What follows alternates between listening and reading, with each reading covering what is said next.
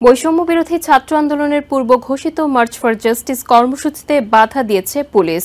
বুধবার দুপুরে ঢাকা বিশ্ববিদ্যালয়ের কার্জন হল এলাকায় এই ঘটনা ঘটে। আন্দোলনরত শিক্ষার্থী ও শিক্ষকরা দোয়েল চত্বর হয়ে হাইকোর্টের দিকে মিছিল নিয়ে যেতে থাকেন। এ সময় শিশু একাডেমির সামনে ব্যারিকেড দেয় পুলিশ। পরে দুপুর 1:15টার দিকে দুই শিক্ষার্থীকে আটক করে প্রিজন ভ্যানে তোলা হয়।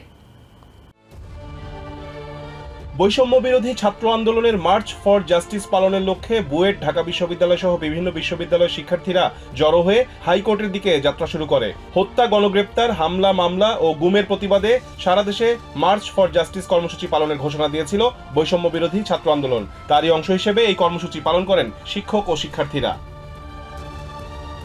এর আগে বেলা 12টা থেকে শিক্ষার্থী ও শিক্ষকরা হাইকোর্টের মাজার গেট এলাকায় জড়ো হন।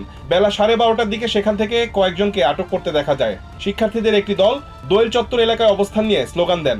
ঢাকা বিশ্ববিদ্যালয়ের সাদা দলের আহ্বায়ক লুৎফর রহমান সহ কয়েক শিক্ষকও সেখানে উপস্থিত ছিলেন। এ সময় আইন শৃঙ্খলা রক্ষা বাহিনী মৎস্য ভবনের সামনে থেকে 2 জন বিক্ষোভকারীকে আটক করে নিয়ে যেতে চাইলে বাধা দেয় আইনজীবীরা। পরে আইনজীবীদের বাধার মুখে 2 জনকে ছেড়ে দেওয়া হয়। সে শিক্ষার্থী, কি অপরাধ তার? একটা মিছিলও তারা করেনি, মিছিল করা আমার অধিকার। হাইকোর্টের ভেতরে আইনজীবীদের একটি দলও মিছিল করেন।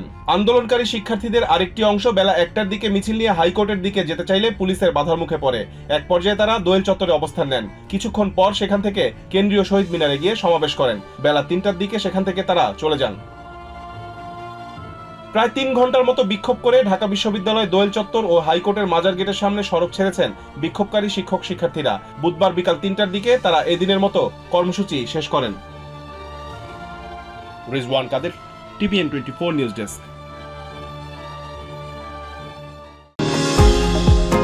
নিউ ইয়র্ক থেকে সম্প্রচারিত TVN 24 টেলিভিশন বিশ্বজুড়ে বাঙালির কণ্ঠস্বর।